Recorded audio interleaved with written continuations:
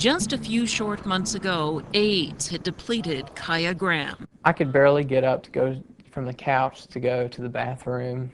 My appetite was suppressed. I think I was starting to deal with mild depression. I didn't want anybody to see me like that. Now on antiretroviral drugs, Kaya is back. Back, he says, to living again. I feel better. I'm back in school. I'm top of my class. And, I feel like I'm being productive. I feel like I'm going the extra mile. It is that kind of remarkable turnaround from HIV/AIDS drugs that has made ADAP, the AIDS Drug Assistance Program, a true lifeline for the tens of thousands of people it serves every year, such as William Caldwell of Detroit.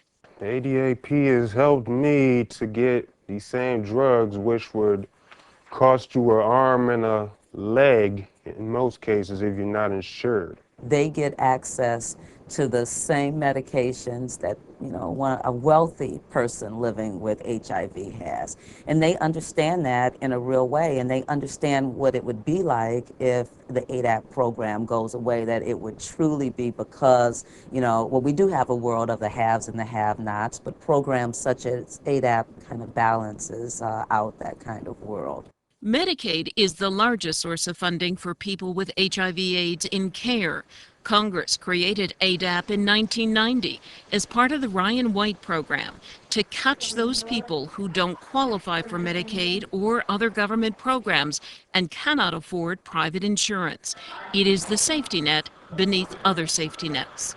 Ryan White, unlike a lot of other programs, is designed to be extremely flexible because the current health insurance system we have in this country is a patchwork, and people can fall out of the system in all kinds of different ways. And Ryan White is supposed to be able to step up and pick up the AIDS drugs expense for people who've fallen out of health insurance in all kinds of different ways. In Detroit, Charles Hall has moved in and out of ADAP since being diagnosed with AIDS a decade ago. It gives me some kind of secure feeling that, if other situations that I have available right now fall through, that there's always ADAP to fall back on. I'm glad that it's funded. Behind that seamless ability to go on and off ADAP is a near constant struggle by state officials to maintain the program for everyone who is qualified and in need.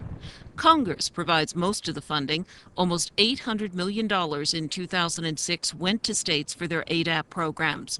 But federal spending increases have slowed in recent years, which makes state funding more critical.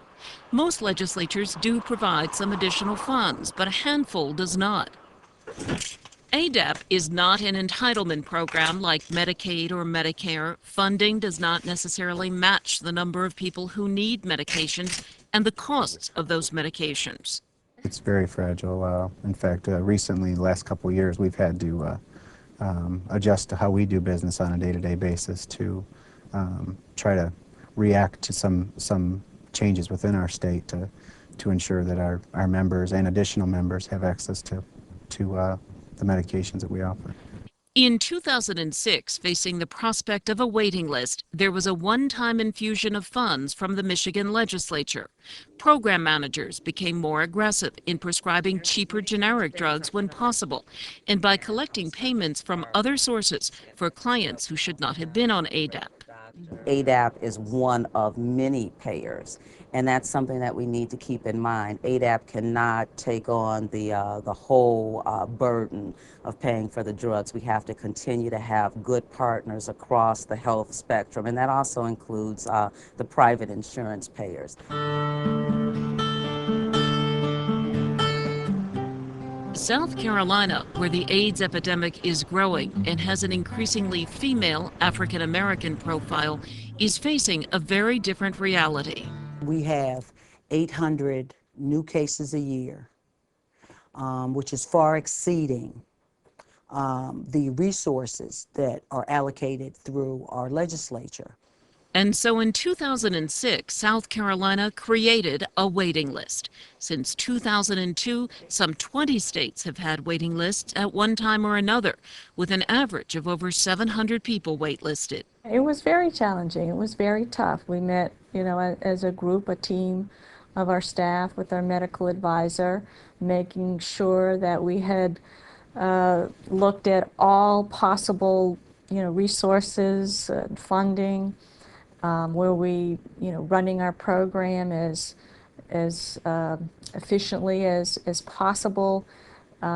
Did we absolutely have to institute a wait list?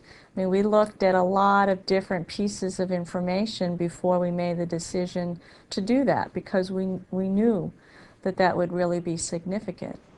Cheyette Garvin is one of the more than 400 people who ended up waiting. We have a waiting list, and it's a terminally ill disease. I can't go get chemo and get this sucker taken out of me, okay? I mean, I'm gonna have to live with this every day of my life. I have to function around this every day of my life. So they should be throwing out medicine. They should be throwing out help. 6 weeks after being told by her doctor that she needed HIV/AIDS drugs, Cheyette still had none, which is unusual. If you don't treat this virus, you're not going to make it. Virtually everyone on waiting lists is placed in drug companies' patient assistance programs, PAPs, but those require savvy, the patience of a caseworker, and luck that each month the drugs will be made available. This is a Band-Aid. The PAP is literally a Band-Aid solution, a temporary solution to a permanent issue that will continue to grow as we continue to document new cases every year in this state. Kaya Graham, who now seems so vibrant, gets his drugs through patient assistance programs. He too is on the waiting list. I feel like I was one of the people that's being left behind, and as this boat's sinking, I'm screaming, wait for me, and people are too afraid to turn back. South Carolina is struggling more than most states to keep the boat afloat. Even for states in better shape, challenging times lie ahead. There's good news that will ultimately have financial consequences. People are living much longer with HIV. And so people who live for a very long time need prescription drugs. At the same time, our health insurance system, both private and public, is becoming more restrictive. So it may be that the blessing of added life for these people becomes a financial pressure on the ADAP program. But for now, and for many years, ADAP has succeeded in ways those who created it had imagined. If ADAP wasn't there, who knows? You know, I think it saved my life. I really did.